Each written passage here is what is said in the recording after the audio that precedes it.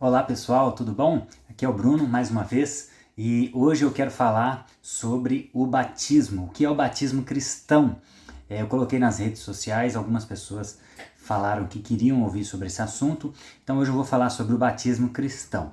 Bem, de forma bem resumida, para não ficar um vídeo muito longo, como surge a ideia de batizar, de mergulhar as pessoas na água?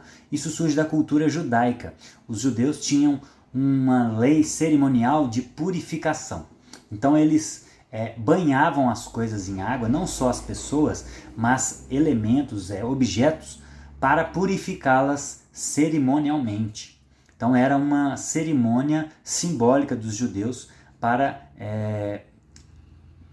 exemplificar e demonstrar uma purificação, tá?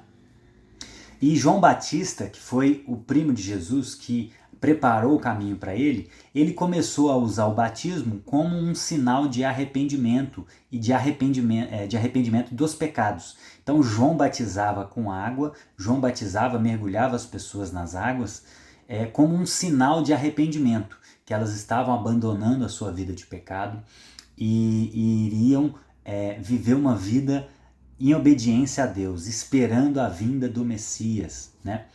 E aí no Novo Testamento, o próprio Jesus foi batizado, né, por João Batista, inclusive, e o próprio Novo Testamento, os discípulos, o início da igreja, principalmente no livro de Atos, mostra como era feito esse batismo pelos primeiros cristãos.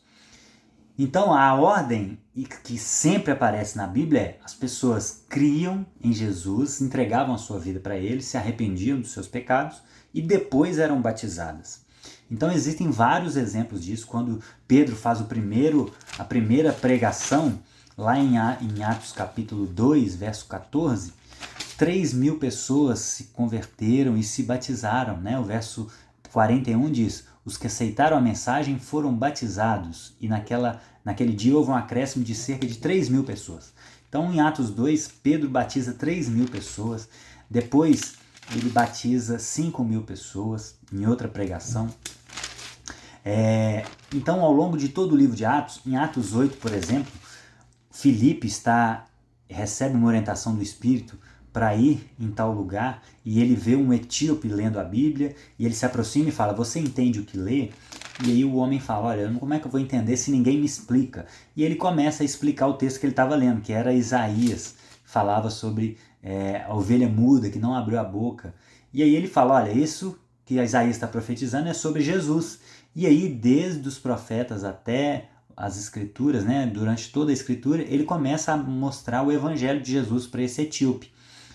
Então, verso 36 do capítulo 8 de Atos: prosseguindo pela estrada, chegaram a um lugar onde havia água. O eunuco disse: olha aqui a água, o que me impede de ser batizado? Disse Felipe: você pode, se crer de todo o coração. Se crer de todo o coração. O eunuco respondeu: creio que Jesus Cristo é o Filho de Deus. Assim deu ordem para parar a carruagem. Então Filipe e o eunuco desceram à água e Filipe o batizou. Quando saíram da água, o Espírito do Senhor arrebatou Filipe repentinamente. Então aquele homem tinha acabado de ouvir o evangelho. Ele perguntou: o que me impede de ser batizado? Filipe falou: olha, você pode se crer. Então a crença sempre está antes do batismo. Isso é feito numa idade de entendimento, né? Numa idade onde a pessoa pode ouvir a mensagem e crer. E aí esse homem foi batizado. O mesmo aconteceu com Paulo. Um capítulo depois, no capítulo 9 de Atos, Paulo está indo perseguindo os cristãos, né? O antigo Saulo. E aí ele está indo para Damasco. E aí ele fica cego. Jesus aparece para ele. E ele fica cego 3 dias. E aí Deus manda Ananias ir lá orar por ele. Ele recupera a visão. Então, no verso 17, Ananias entra, pôs a mão sobre ele, orou para ele e ele recupera a visão. Então ele voltou a ver e ficou cheio do Espírito Santo, né? Ananias orou para ele: seja cheio do Espírito Santo. Imediatamente, algo como escamas caiu dos olhos de Saulo e ele passou a ver novamente. Levantando-se, foi batizado. Depois de comer, recuperou as forças. Então ele foi batizado até mesmo antes de comer. Ele estava 3 dias sem comer e beber, porque ele estava cego.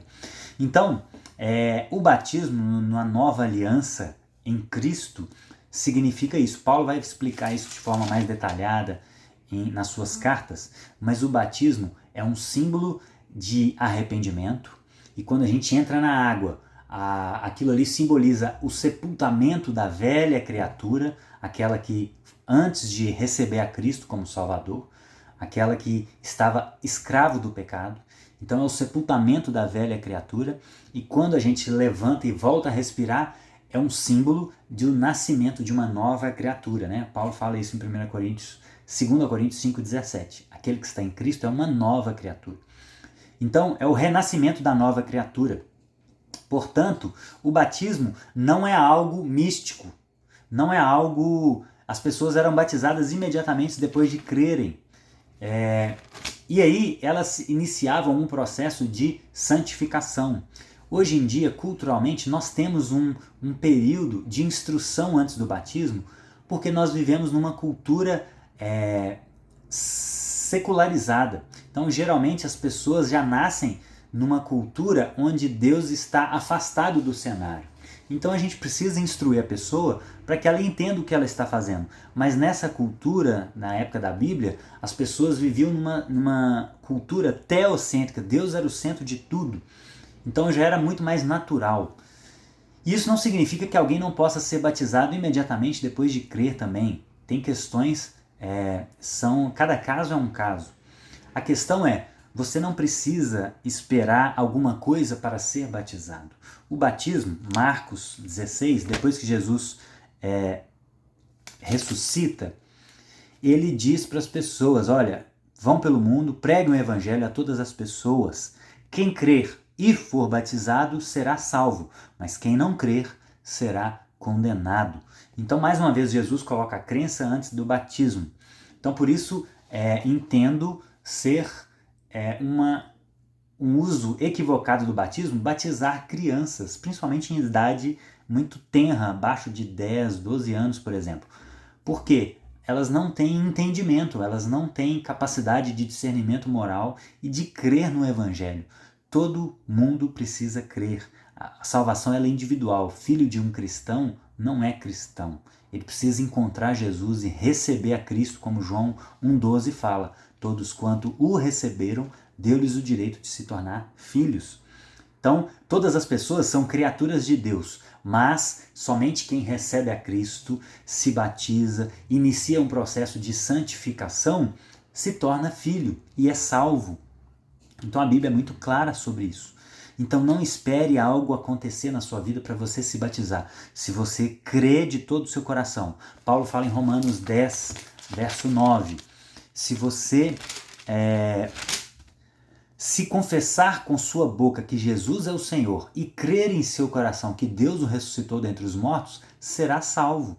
Então se você confessa que Jesus é Senhor sobre a sua vida, não só Salvador, porque salvação é muito bom, mas ser Senhor significa que Ele é o dono. Aí nós não temos mais vida, nós entregamos a nossa vida a Ele.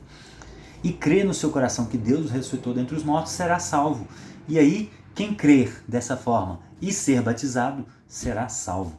Então não espere algo acontecer, não espere você melhorar a sua vida. O processo de santificação vem depois da salvação. Então primeiro nós somos salvos. Iniciamos um processo de santificação, que é processual, que demora a vida inteira. Nós vamos aprimorando a cada dia. E depois vamos ser glorificados, que é o fim. Quando Jesus volta ou quando a gente morre, nós encontraremos com Deus. E quando Ele voltar em glória, nós vamos ter um corpo glorificado que não vai ter mais possibilidade de pecar. Então, resumidamente, em 10 minutos, o batismo é isso. Não espere algo para se batizar. Cumpra o mandamento de Jesus. Quem crer e for batizado será salvo. E aí depois disso, tudo será consequência. O processo de santificação por amor àquele que nos salvou é posterior ao batismo, tá bom? Então que Deus te abençoe, que você encontre a Cristo, que você receba a Cristo, confesse Ele com a sua boca, creia que Deus o ressuscitou dentre os mortos, seja batizado e aí você vai fazer parte do reino de Deus e da família da fé que está em toda a terra, né? Então que Deus te abençoe e creia e seja batizado em nome de Jesus. Até o próximo vídeo.